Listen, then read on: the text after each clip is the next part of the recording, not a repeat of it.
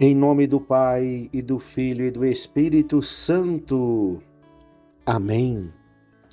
Queridos irmãos e irmãs, quarta-feira, dia 22 de janeiro, da segunda semana do tempo comum.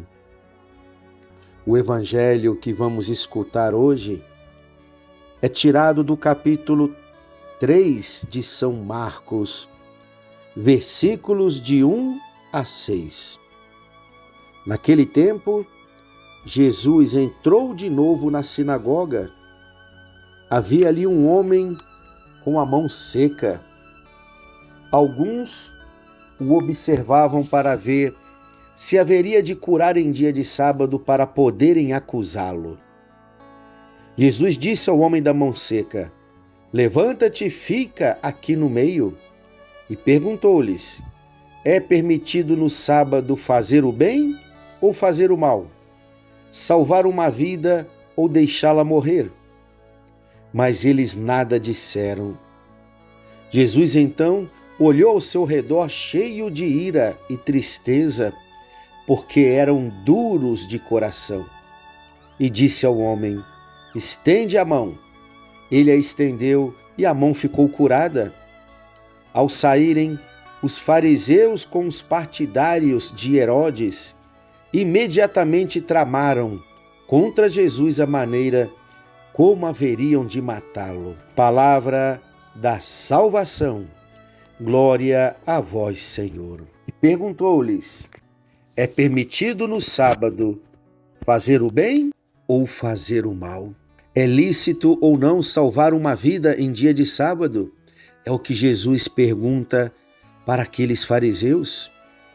O que está em questão é uma certa hierarquia nos mandamentos e preceitos, sendo que, na verdade, como já podemos dizer em outras ocasiões, os mandamentos de Deus sempre estão a serviço da vida do ser humano. As leis de Deus sempre estão a serviço do respeito à dignidade humana.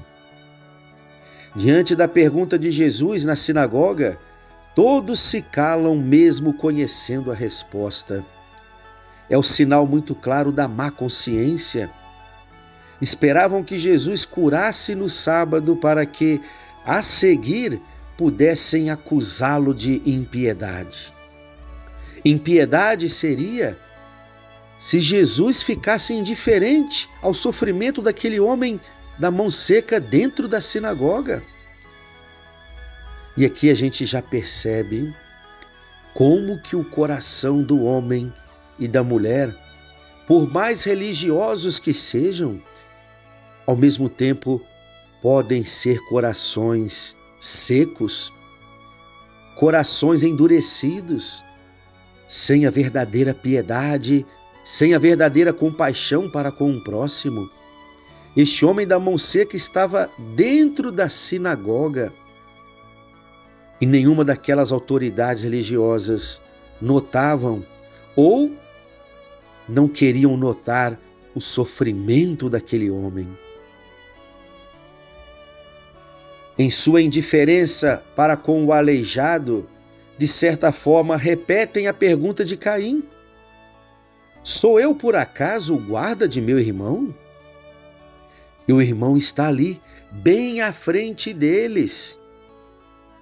Se fosse o jumento caído no fosso em pleno sábado, correriam a retirá-lo. Já o homem aleijado deveria esperar pelo dia seguinte, se algum médico se dispusesse a cuidar dele. Daí o olhar de Jesus, um olhar de indignação. São Marcos vai dizer que Jesus olhou em sua volta com ira. É a santa ira de Deus. Em raras situações, Jesus aparece dominado por sentimentos desta natureza. Na maior parte do tempo, o vemos calmo, amoroso, comovido com a dor alheia, até mesmo em lágrimas pelo amigo morto, Lázaro. E o que é que deixa Jesus irado, hein? podemos sinalizar dois grandes motivos que despertam a ira de Deus sobre o homem: a perda do sentido do sagrado.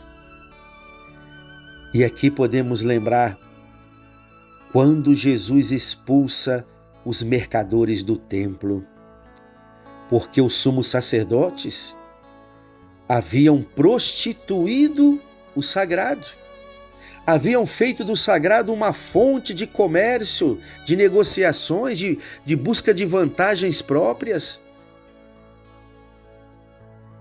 Mas também um outro motivo que desperta a ira de Deus sobre nós é a indiferença diante das necessidades dos mais sofredores deste mundo. Examinemos a nossa própria vida. Qual será o olhar de Jesus sobre nós, hein? Levando-se em conta nossas atitudes nestas duas situações: o respeito pelas coisas sagradas e a nossa capacidade de nos comovermos com a dor daqueles que se sentem mais abandonados. Afinal, há dois tipos de templo onde Deus quer habitar: o templo material, feito de pedras, madeira, alvenaria, como a grande basílica romana, mas também aquela capelinha tão humilde no alto do morro.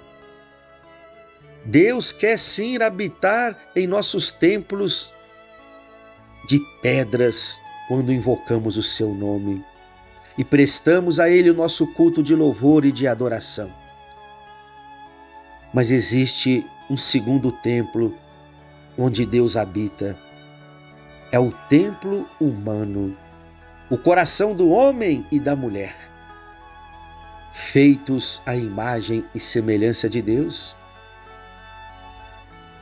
Talvez seja mais fácil manifestar o nosso zelo pelos templos de pedras e, por outro lado, desprezar a presença de Deus que habita nos templos humanos.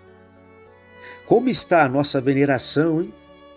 O nosso respeito, o nosso cuidado por estes dois templos do Senhor. Façamos esta meditação ao longo de todo este dia. Louvado seja o nosso Senhor Jesus Cristo, para sempre seja louvado. O Senhor esteja convosco, Ele está no meio de nós. Abençoe-vos o Deus Todo-Poderoso, o Pai e o Filho e o Espírito Santo. Amém. Uma ótima quarta-feira para você e para a sua família. Adoremos a Deus em nossos templos de pedras. Adoremos a Deus nos templos humanos.